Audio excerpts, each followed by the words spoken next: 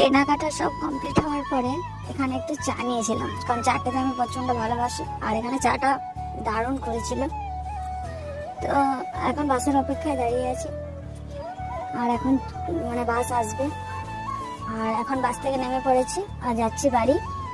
এই যে আমরা এখন রাস্তায় আছি।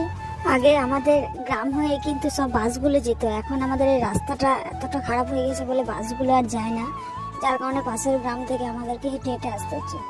তো যাই হোক, সবার প্রথম বাড়িতে এসে আমি যে গাছগুলো কিনে এনেছিলাম সেগুলো বসিয়ে দিলাম। এই যে দেখো, এগুলো সব চন্দ্রমল্লিকা গাছ, আর এনেছিলাম গাঁদা গাছ, তো সেগুলোই লাগিয়ে নিয়েছি। আর এই যে এখানে দেখো, এটা কি গাছ কেউ বলতে পারবে? কমেন্টে জানাবে এটা কি গাছ। তারপর ছাদ থেকে নিচকে আসছিলাম, বোন ডাকাডাকি করছিল। নিচে এসে দেখি বোন এখানে আমার জন্য কদবেল মাখিয়ে এনেছে। তো কদবেল মাখা খেতে কার কার ভালো লাগে অবশ্যই কমেন্টে জানাবে। আর কদবেল মাখাটা জাস্ট ওয়াও হয়েছিল।